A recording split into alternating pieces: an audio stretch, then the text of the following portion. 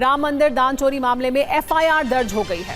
राम जन्मभूमि चढ़ावा चोरी के मामले में ट्रस्ट ने एफआईआर दर्ज कराई है। अयोध्या के थाने में ये एफआईआर दर्ज हुई है, तो आखिरकार अब एफआईआर दर्ज हो चुकी है। एसआईटी अपनी रिपोर्ट पहले सौंप चुकी थी यूपी सरकार को और अब राम जन्मभूमि ट्रस्ट की तरफ से एफआईआर दर्ज करा दी गई है।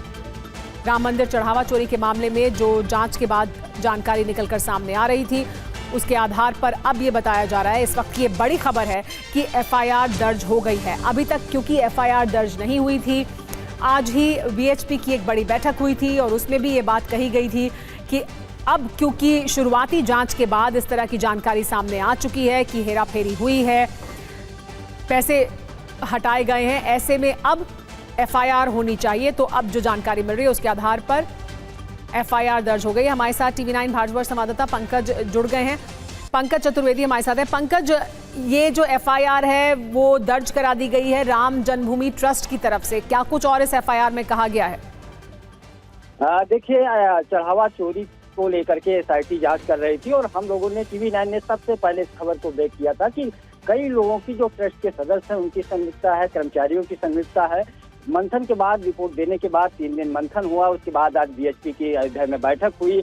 आलोक कुमार जो बीएचपी के अंतर्राष्ट्रीय अध्यक्ष हैं, वो दिल्ली में बाकायदा कल उन्होंने एफआईआर और फास्ट ट्रैक कोर्ट में मुकदमा चलाने का जिक्र किया था। उसके बाद आज आखिरकार एफआईआर दर्ज कर दिया गया। शासन के सूत्रों से मुझे जानकारी दी गई है कि पूरे मामले पे सीएम ने एफआईआर की बात की थी, क्योंकि बीएचपी की बैठक के बाद ये निर्णय लिया गया कि अब एफआईआर दर्ज करके आगे की जांच एसआईटी करेगी।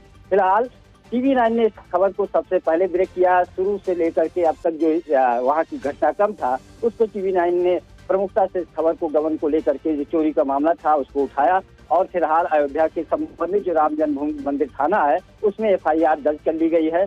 अब थोड़ी देर में पूरी डिटेल आ रही, किन धाराओं में दर्ज की गई है, क्या नामजद हैं जिनकी सिफारिश की गई थी, 4 लोगों को लेकर के नाम की सिफारिश की गई थी, वो 4 नाम शामिल हैं या फिर अज्ञात लोगों को उसमें दर्शाया गया है। थोड़ी देर में चीजें स्पष्ट होगी, लेकिन कुल मिलाकर के आखिरकार पंकज, इस पूरे मामले में एसआईटी शुरुआती जांच कर चुकी है, अपनी रिपोर्ट सरकार को सौंप चुकी है, जिसे गृह मंत्रालय को भेज दिया गया।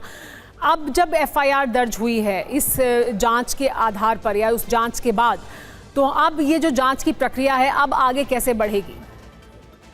देखिए, अब पूरे मामले की विस्तृत जांच होगी, क्योंकि एफआईआर दर्ज हो चुकी है। अब एक तरीके से जो कानूनी पहलू है इस एफआईआर की वजह से और मजबूत हुए हैं। एसआईटी अब संबंधित लोगों से और दायरा बढ़ेगा। जो जो आरोप लग रहे हैं, जिन जिन लोगों ने सवाल उठाए हैं, उनसे भी पूछताछ हो सकती है। आज आपने देखा संजय सिंह ने बाकायदा डॉक्यूमेंट जमा किए, एसआईटी से समय मांगा, उन्होंने भी पूरी डिटेल उपलब्ध कराई। तो यानी जिन लोग चढ़ावा को लेकर के, जिन्होंने भगवान श्री राम को धनराशि दान की या आभूषण वगैरह जो खास करके चरण पदों क्या मालिक को लेकर के, या बहुत सारी ऐसी चीजें निकल करके आई थी जिसको लगातार उसको लेकर के आवाज उठ रही थी। तो ये सब पूरी मामले पे पूछताछ भी हो सकती है। यानी पूरा दायरा 2021 से जब ट्रस्ट का पुनर्गठन हुआ था उसके बाद से जो चीजें निकल के आ रही थी सब पे जांच हो सकती है, चाहे वो भूमि का मामला हो। जानकारी कुछ मिल पाई है अभी तक कि जो एफआईआर दर्ज हुई है उसमें क्या कुछ नाम भी शामिल किए गए हैं? क्या कुछ कहा गया है एफआईआर में अज्ञात लोगों के खिलाफ है? और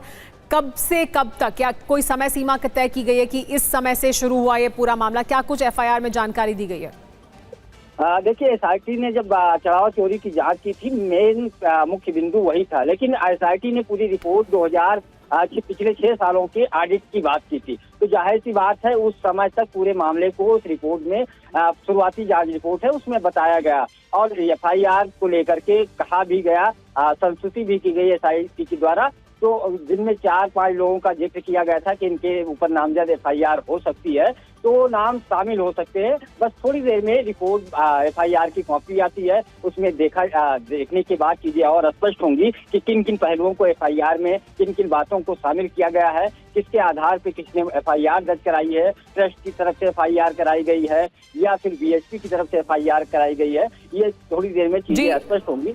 हमारे साथ अभिजीत ठाकुर भी जुड़ गए हैं, उनका भी रुख कर लेते हैं। टीवी9 भारतवर्ष संवाददाता, उनसे भी बात करते हैं।